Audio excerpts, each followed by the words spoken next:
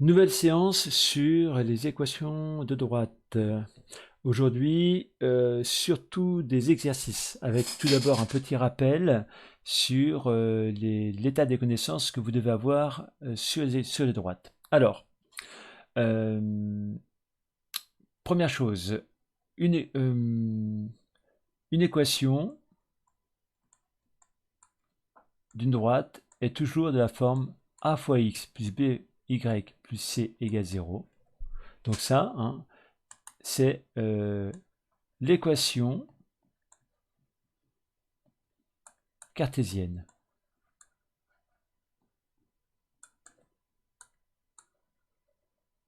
d'une droite. D'accord. Le vecteur u de coordonnées moins BA est un vecteur directeur.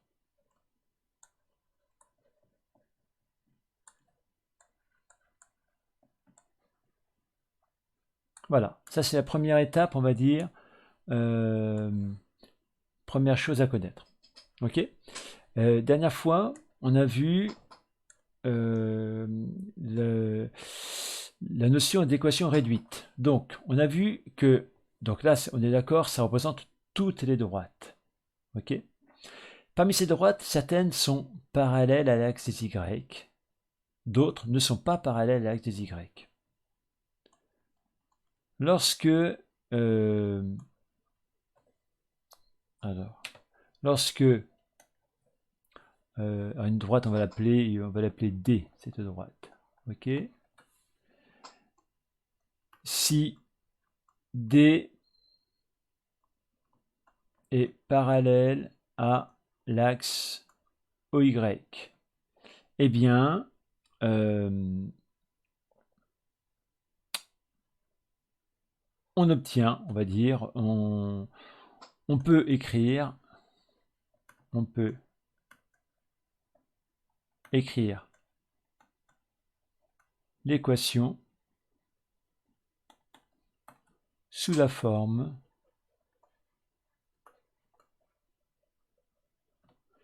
x égale un nombre, disons k. Deuxième cas, si D n'est pas parallèle à OY, eh bien, on peut écrire l'équation sous la forme y égale mx plus p. Ceci va s'appeler l'équation réduite.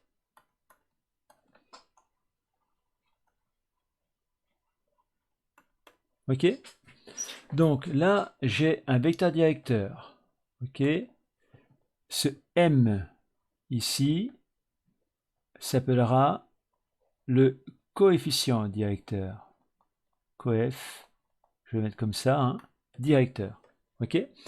Voilà. Bon, là, on a assez bien résumé euh, l'état de connaissance, hein, sur les droites. Bon, et ben en fait, maintenant il va falloir arriver à jongler avec toutes ces notions de points, de droite, de vecteur directeur et de coefficient directeur, d'équation cartésienne et d'équation réduite. Voilà, hein. Donc c'est le but des exercices aujourd'hui. Alors, on va poursuivre dans la lignée de ce qu'on a fait pour l'instant. Donc dans notre livre, alors on avait fait le 15. Voilà, c'est ça. Donc, alors, le 16, une équation cartésienne. Ah non, c'est pas ça que je voulais faire. Voilà, le 19. Donner une équation réduite des droites suivantes. D'accord. Donc, première étape, hein. Là, vous voyez que ça, c'est une équation cartésienne, puisque c'est bien de la forme a fois x plus b fois y plus c égale 0. Et je dois trouver une équation réduite, c'est-à-dire y égale. Bon, vous allez voir, ça va être très simple à faire. Alors, allons-y pour le numéro 19.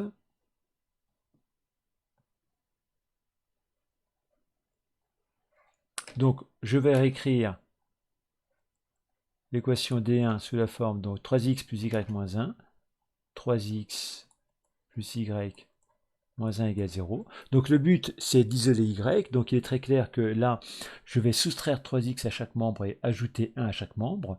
Donc cette équation est équivalente à y égale moins 3x plus 1. Et ça y est, j'ai fini. Là. C'est bien une équation réduite. Voilà, rien de plus facile, rien de bien compliqué. Ok. Deuxième équation, 2x moins 2y plus 4 égale 0. Donc, D2, 2 points. 2x, j'ai dit, moins 2y plus 4. Moins 2y plus 4 égale 0. Donc, cette équation est équivalente à moins 2y égale moins 2x moins 4. D'accord? Puis, je vais diviser par moins 2. J'obtiendrai donc y égale, alors bon, allez, marquons une étape, moins 2x moins 4, même si vous devriez tous être capables d'aller plus vite que moi, sur moins 2. Et donc, ceci est équivalent à y égale, donc moins 2x sur moins 2, ça donnera x, et moins 4 sur moins 2, ça donnera plus 2. Voici l'équation réduite. Dernier cas, D3. Donc, moins 5x plus 3y plus 1 égale 0. Moins 5x plus 3y plus 1 égale 0. Allons-y. Donc, j'ajoute 5x à chaque membre et je soustrais moins 1. J'obtiens donc 3y égale 5x moins 1. Ce qui est équivalent en divisant par 3 à y, et là je vais un petit peu plus vite que tout à l'heure, 5 tiers de x moins 1 tiers. Et voici l'équation réduite. Voilà. Hein. Donc passage d'une équation cartésienne à une équation réduite, c'est quelque chose que vous devez savoir faire. Reprenez cet exemple-là au brouillon, entraînez-vous, mais ça ne doit pas poser de problème. Numéro 20. On vous demande de tracer les droites dont on donne une équation. Donc vous notez que là, les équations qu'on obtient ici, c'est l'équation réduite. Y égale, etc. X égale 2. Donc voilà, ce pas des équations cartésiennes, hein, puisqu'elles ne sont pas de la forme A fois X plus B fois Y plus C égale 0. On vous demande de les tracer. Donc ça fait référence plutôt à des compétences qu'on avait développées dans le chapitre sur les fonctions affines, donc qu'on va réactiver ici. Par exemple, d égale 4 et x égale 2 ne doit poser aucun problème. Hein. Ça doit être immédiat. Y égale 4, hein, immédiatement, représentez-vous des points dont l'ordonnée vaut toujours 4, l'ordonnée, hein, eh bien, il est clair que j'obtiens une droite qui est parallèle à l'axe des x. Ok? Alors, prenons GeoGebra. On va, voilà. Donc, si je prends, donc, en fait, y, je vais prendre ici. Donc, voilà, y égale 4, la voici. Hein, par exemple, je peux faire comme ça. Voilà. Je peux faire disparaître les points CD qui ne m'intéressent pas. Voilà.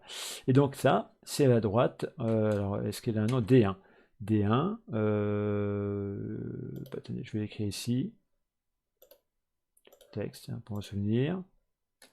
Je vais appeler D1. Ok, voici donc D1. Ok. On peut facilement tracer également D3, hein, comme ça fait. X égale 2. X égale 2, souvenez-vous, on vient de le voir, x égale 2. Tous les points dont l'abscisse vaut 2, ce point, x 2, 3, 2, 4, bah, on voit clairement que ça forme une droite. Alors je peux même écrire directement x égale 2 dans GeoGebra. Oui, j'obtiens la droite qui est là.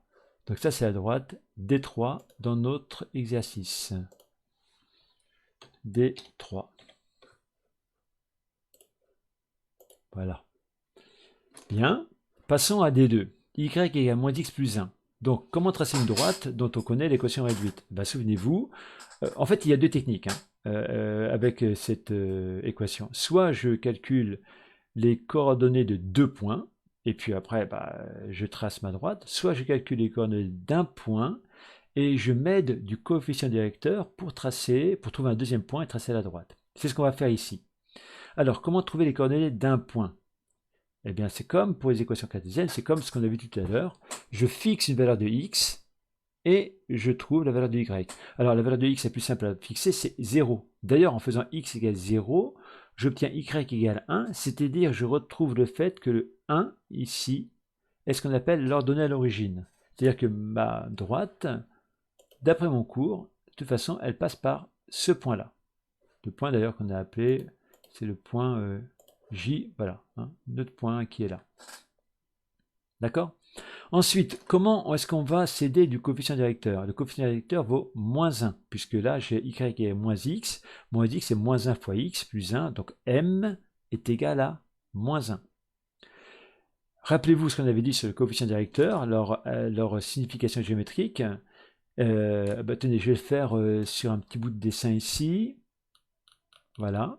Hein. Ce qu'il faut vraiment retenir, avoir toujours en tête, un coefficient directeur, voici comment est-ce qu'on peut le représenter. Donc je vais dessiner ici des axes. Voilà. Donc en fait,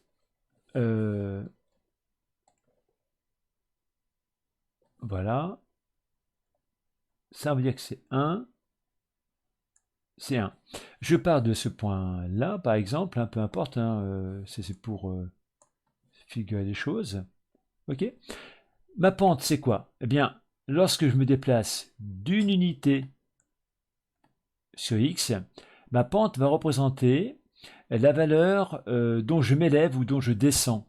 Par exemple, si P vaut 1,5, disons, hein, eh bien, à partir de 1, je vais monter de 1,5, on va dire à peu près jusqu'ici. Voilà. Voilà. Et donc, c'est maintenant... voilà.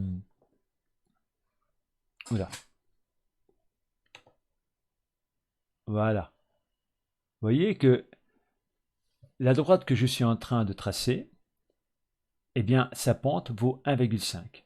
Puisque, en fait, quand je me déplace de 1 à l'horizontale, je monte de 1,5. C'est ça la signification d'une pente. Hein. On avait déjà vu ça la dernière fois.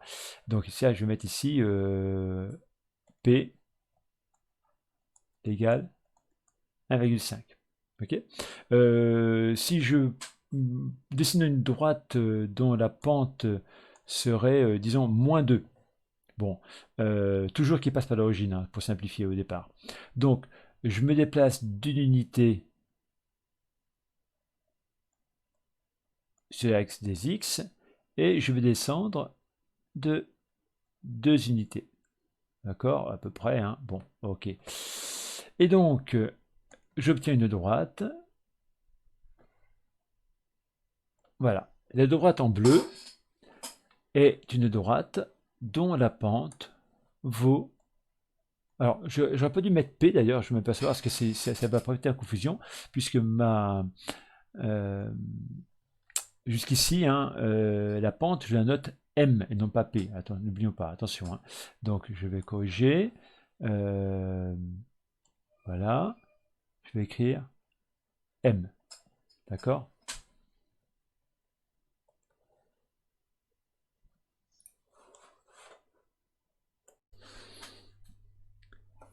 Et donc, ici, M égale moins 2. Ok? Alors, reprenons GeoGebra. Donc là, ici, on avait y égale moins x plus 1. Donc la pente vaut moins 1. Ça veut dire que donc j'ai un point. Alors attendez, mon point, c'était... Voilà, le point I. Donc si je me déplace d'une unité, je descends d'une unité. Et donc un nouveau point de ma droite se situera ici. D'accord? Hop, je peux le dessiner. Voilà. Et donc, la droite que je cherche est donc celle-ci. Voilà la droite D2. On va l'écrire. D2. Voilà. Enfin, dernière droite, la droite Y qui est 2x plus 3. Donc 2x plus 3, puisque j'ai plus 3P vaut 3, ça veut dire que ma droite passe par le point qui est là, le point de coordonnées 0, 3. Et puisque la pente vaut 2, ça veut dire que si je me déplace d'une unité, je rejoins ma droite en montant de 2 unités, puisque la M vaut 2. Donc là, j'obtiens un nouveau point. Et donc, ma droite, la voici. Ça, c'est donc D4.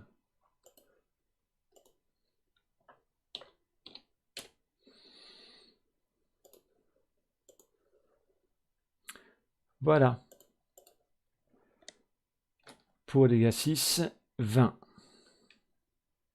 D'accord? Donc, il faut être capable, en entrant en première, de très rapidement tracer des droites dont on donne une équation réduite. Enfin, franchement, ça doit vous prendre moins d'une minute pour tracer une droite. Entraînez-vous s'il le faut.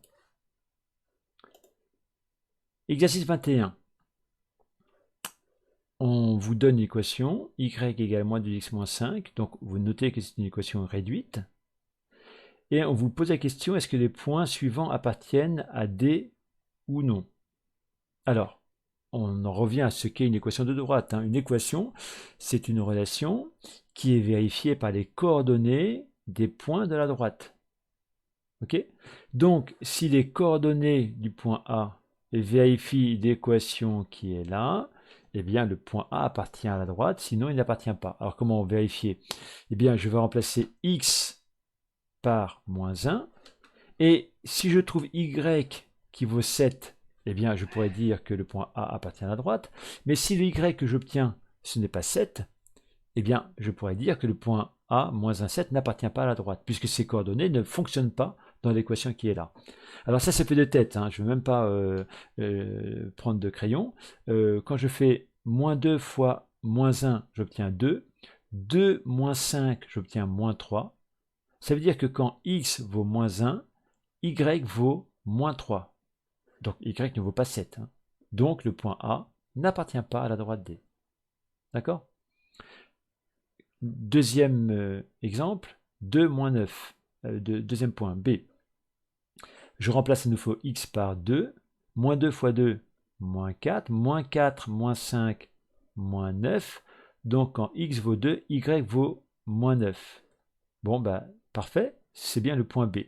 Quand x vaut 2, y vaut moins 9. Donc le point B, 2 moins 9, appartient à la droite, puisque ces coordonnées vérifient l'équation. Dernier exemple avec 13 quarts et 1,5. Donc là, bon, allez, on va calculer sur un petit coin d'une feuille. Donc on va calculer moins 2 fois 13 quarts, moins 5. Moins 2 fois 13 quarts, moins 5. Ok?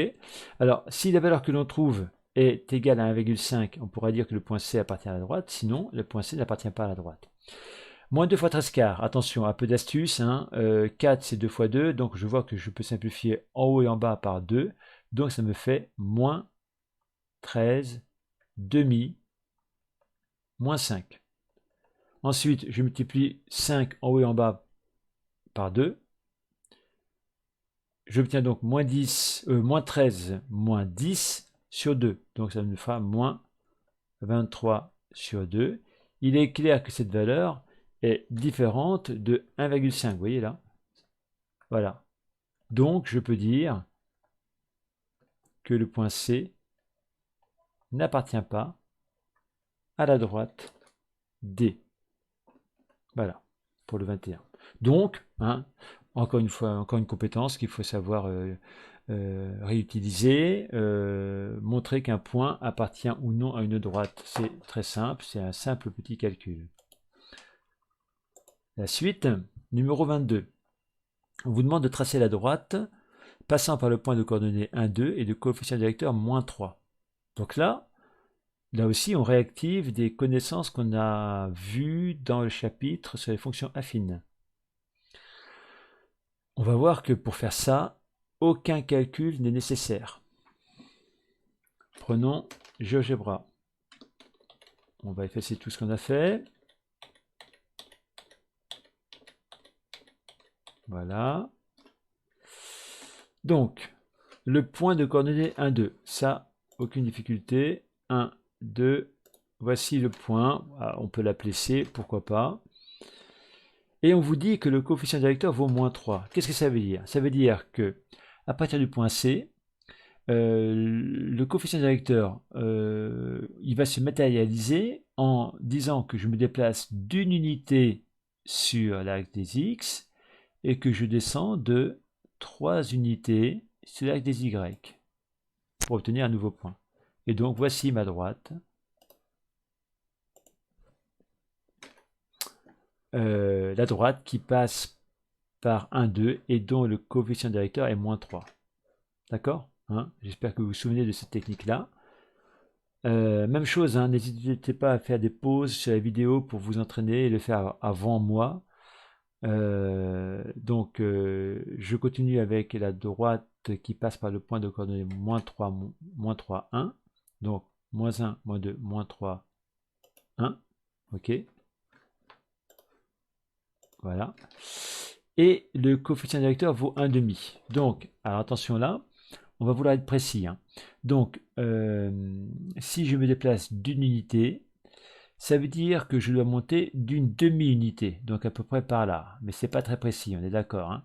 Donc, plutôt de dire que je me déplace d'une unité et que je monte d'une demi-unité, je vais plutôt me déplacer, hein, c'est Thalès qui me dit que j'ai le droit de faire ça, hein. Je vais plutôt me déplacer de 2 unités, hop, pour monter d'une unité. D'accord? C'est que je multiplie par 2 en fait, hein. Plutôt de dire quand je me déplace d'une unité, je monte de 1,5. Je vais dire que quand je me déplace de 2 unités, je monte de 1. Donc le point que j'obtiens est celui-ci. Et je n'ai plus qu'à prendre une règle et tracer la droite qui passe par ces 2 points. Voilà pour l'exercice 22. Là encore une fois, hein, il faut être capable de l'adapter à n'importe quelle situation, hein. À partir du moment où on vous donne un point et son coefficient directeur, vous êtes capable de tracer la droite, et ceci très rapidement. On continue avec le numéro 23. Dans ce numéro 23, on vous demande de déterminer le coefficient directeur de la droite D1 et celui de la droite D2. D'accord? Alors, là, on va faire même mieux que ça, nous. On va déterminer le coefficient directeur, mais également un vecteur directeur. Comme ça, on verra bien le lien qu'il y a entre les deux. Alors, le coefficient directeur, rappelons-nous, c'est un nombre, alors que le vecteur directeur, c'est 2 nombres, puisqu'il y a l'abscisse et leur donnée, hein. C'est un vecteur, c'est pas un nombre. Alors, coefficient directeur de D1. D'abord, on peut noter que puisque la droite D1 est décroissante, là aussi, hein, n'hésitez pas à faire une pause sur la vidéo pour, avant que je donne la réponse, faites-la vous-même, hein. Là, on vous donne des points en bleu pour vous dire que ces points sont des points de coordonnées entières qui appartiennent à la droite, hein. Donc, on va s'en servir. Donc, notez que puisque la droite est décroissante, le coefficient que je cherche sera négatif. Souvenez-vous de ce qu'on vient de voir sur les coefficients directeurs. Je l'obtiens en faisant... Donc, j'ai un triangle virtuel ici, là, hein, qui rejoint ces points-là, avec l'hypoténuse, la hauteur, la base. Eh bien, un résultat du cours qu'on a vu tout à l'heure me dit que le coefficient directeur, c'est la valeur des y, là, divisé par la valeur des x, c'est-à-dire 2 divisé par 4. Attention, en mettant un moins devant. Donc, je vais le noter là. Donc, c'est le numéro 23. Page après. Donc, on va dire 23. Ok, donc c'est à droite D1. Donc, on va noter M1, le coefficient directeur, M1. Donc, M1, on a dit, il est égal à donc moins parce que la droite descend, 2 divisé par 4. Moins 2 divisé par 4. Ce qu'on peut également écrire, moins 1 divisé par 2. Alors, c'est pas demandé, mais moi je vous demande un vecteur directeur de cette droite. On va l'appeler U1. Et donc, on attend ici les coordonnées. Alors, on peut prendre comme vecteur directeur un vecteur qui aurait pour origine ce point et pour extrémité ce point-là. C'est-à-dire qu'on imagine que la flèche est comme ça. Il va donc se décomposer en 1, 2, 3, 4i moins 1, moins 2j. 4i moins 2j, donc ces coordonnées seront 4 et moins 2. 4 et moins 2. D'accord? Passons à la droite D2. Que vaut le coefficient M2? Là aussi, n'hésitez pas à faire une pause pour donner la réponse avant que je la formule. Donc le coefficient, il est positif puisque la droite est croissante. Je vais m'aider de ce point-là et de ce point-là. J'ai mon triangle virtuel en quelque sorte ici, là. Sa hauteur vaut 4, sa base vaut 3. Donc le coefficient directeur, c'est 4 divisé par 3. Donnez-moi un vecteur directeur. Notons-le, U2.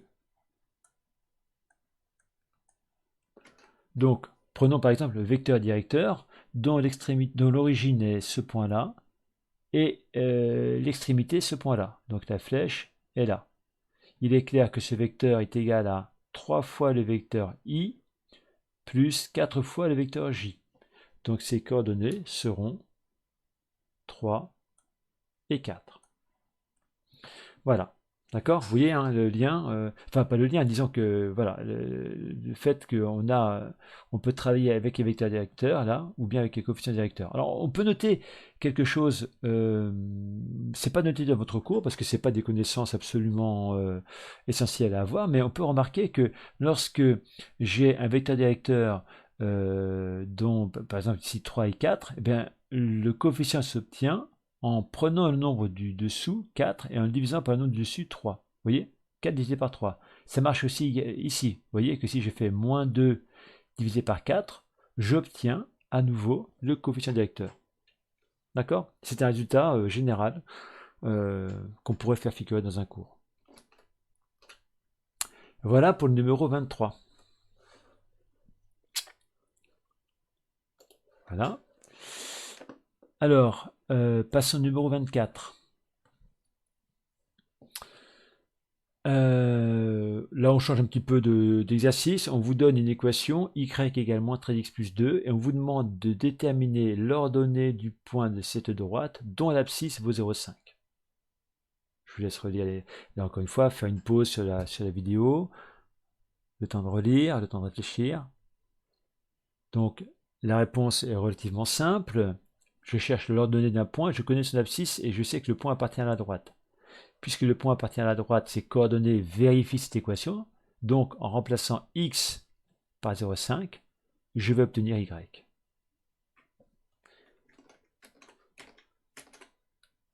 Donc, on va noter ici 24. Donc, j'ai dit y égale moins 13x plus 2, y égale moins 13x plus 2. Donc l'abscisse vaut 0,5. Donc si je fais x égale 0,5, on a y qui est égal à moins 13 fois 0,5 plus 2. Moins 13 fois 0,5, ça fait moins 13 divisé par 2, ça fait moins 6,5. Moins 6,5 plus 2, ça nous fait moins 4,5. Voilà, la réponse à la question, hein, l'ordonnée du point, c'est donc moins 4,5. Deuxième question. Déterminer sous forme d'une fraction irréductible l'abscisse du point de cette droite qui a pour ordonnée un sixième. petite pause éventuellement pour réfléchir. Donc notez que là, on vous demande en fait, en quelque sorte, l'inverse de tout à l'heure. C'est-à-dire que on vous donnait une abscisse et on vous demandait leurs données. Là, on vous donne leurs données, on vous demande l'abscisse. Alors, c'est la même chose. Hein. On a toujours, donc on va écrire y égale, alors on a dit 1/6. Et puisque mon point appartient à la droite, le x doit être tel que x et y vérifient l'équation. Donc ça veut dire que, alors cette fois, je vais obtenir une petite équation, c'est-à-dire que je vais remplacer y par 1/6. Donc on a 1/6 qui est égal à moins 13x plus 2. Et vous voyez, cette fois, je cherche x. C'est moins immédiat que tout à l'heure, puisque là, j'avais juste un calcul à faire, alors que là, j'ai une équation à résoudre. Allons-y. Donc, ce que je vais faire, regardez là, ici, je vais ajouter 13x de chaque côté de façon à avoir 13x à gauche. Et je vais soustraire 1/6 de chaque côté de façon à avoir 13x égale 2 moins 1/6. D'accord? 2 moins 1/6, je mets tout sur 6, ça fait 12 moins 1, ça fait 11/6. Ça fait donc 13x égale 11/6. Et donc ensuite, je vais diviser par 13.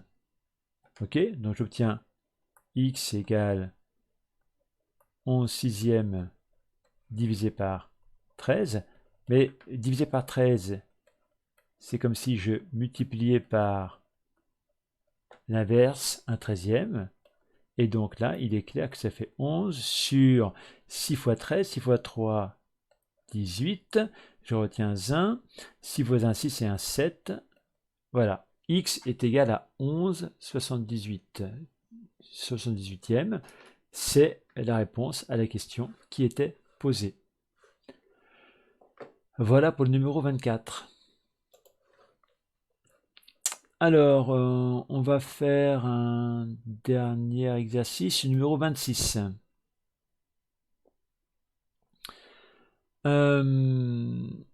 Alors, ce numéro 26, il est intéressant puisqu'en fait, il s'agit dans cet exercice de déterminer une équation de D. Alors, si vous vous souvenez, hein, lorsque j'ai deux points A et B, j'ai vu dans mon chapitre une première solution pour déterminer une équation cartésienne de AB. Vous vous souvenez, on l'a fait ça même au début de la séance précédente. Donc, je la rappelle. Vous essayez de vous la rappeler vous aussi de votre côté. J'ai deux points A et B. Donc, première étape, je forme le vecteur AB. Je détermine ses coordonnées avec la formule du chapitre sur les vecteurs. Et j'obtiens comme ça un vecteur directeur. Grâce à ce vecteur directeur, j'ai des valeurs de petit a et petit b, puisque mon vecteur directeur c'est moins ba. J'en déduis donc petit a et petit b. Je peux ainsi en déduire le début de mon équation cartésienne, ax plus by plus c égale 0, dans lequel il n'y a plus que c que je ne connais pas. D'accord? Et enfin, en utilisant le fait que le point A appartient à la droite, j'en déduis la valeur de C. Et donc, j'en déduis donc les valeurs de A, B, C pour l'équation cartésienne. Bon, là, en fait, c'est pas une équation cartésienne qu'on demande, c'est une équation... en fait, on pourrait, hein, parce que d'ailleurs, on vous dit une équation de D, mais on va le faire avec une équation réduite. Mais ça revient exactement au même. Sauf que, au lieu de passer par les vecteurs, on va passer par le coefficient directeur.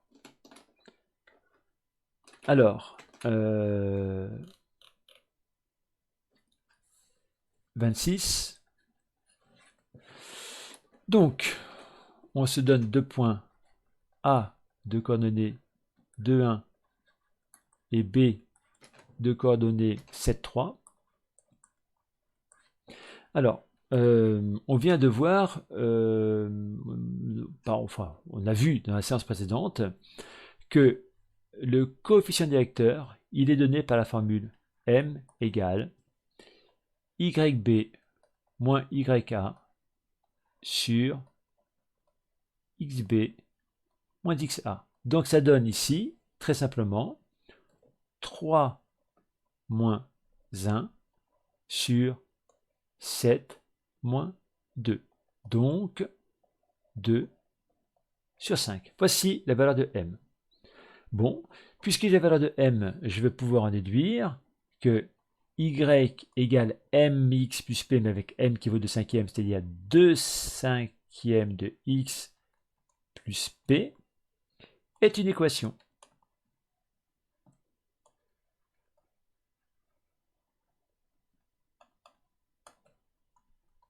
De la droite AB. Vous voyez le parallèle avec ce qu'on a fait dans une séance précédente. Et le parallèle avec ce que je viens de rappeler tout à l'heure.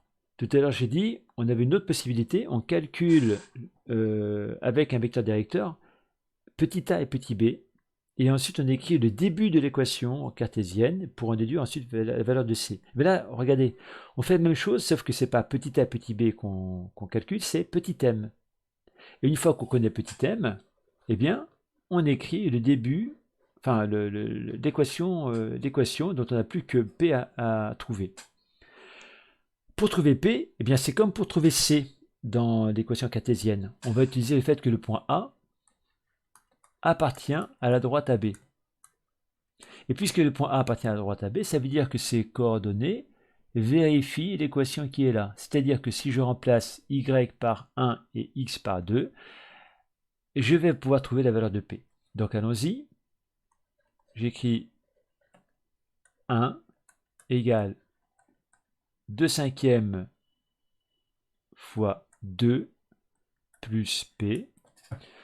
Donc, ça nous fait 1 moins, alors 2 fois 2, 4, moins 4 cinquièmes. Hein, je calcule et je passe, enfin j'ajoute directement, je soustrais directement 4 cinquièmes à chaque membre, égale P. 1 moins 4 cinquièmes, ça nous fera 1 cinquième. Donc finalement, ça nous fera P égale 1 cinquième. Et donc, y égale 2 cinquièmes de x plus 1 cinquième. Voici une équation de la droite AB. Équation réduite. D'accord, hein, notez que vous savez également trouver une équation cartésienne. Mais encore une fois, c'est la même chose. Hein, c'est juste un peu un jeu d'écriture pour passer de l'une à l'autre. Mais fondamentalement, il y a la même chose derrière. Et dernière question, le point C de coordonnées 140 appartient-il à D? Alors, même question qu'on a déjà abordée. Pour savoir si un point C appartient à une droite, on vérifie si ces coordonnées vérifient l'équation de la droite. Donc, pour ça, je vais remplacer x par 100. Et si je trouve y égale 40, eh bien, ça voudra dire que le point C appartient à la droite. Allons-y. 2 cinquièmes fois 100 plus 1 cinquième. Alors, là, sans calculatrice, hein, 100 c'est 20 fois 5. Ça veut dire que je vais pouvoir simplifier par 5. Et il me restera 20. 20 fois 2. Donc, il me restera 40 plus 1 cinquième. Bon, écoutez, je peux le laisser sous cette forme-là parce que, regardez, on voit bien que 40 plus 1 cinquième, c'est évidemment différent de 40. Donc, je peux dire que le point C n'appartient pas à la droite AB. Voilà. Bien, on va s'arrêter là pour aujourd'hui. Vous pouvez refaire ces exercices si jamais vous ne les avez pas bien compris. Ils sont, encore une fois, je répète à chaque séance, fondamentaux pour la première. Voilà.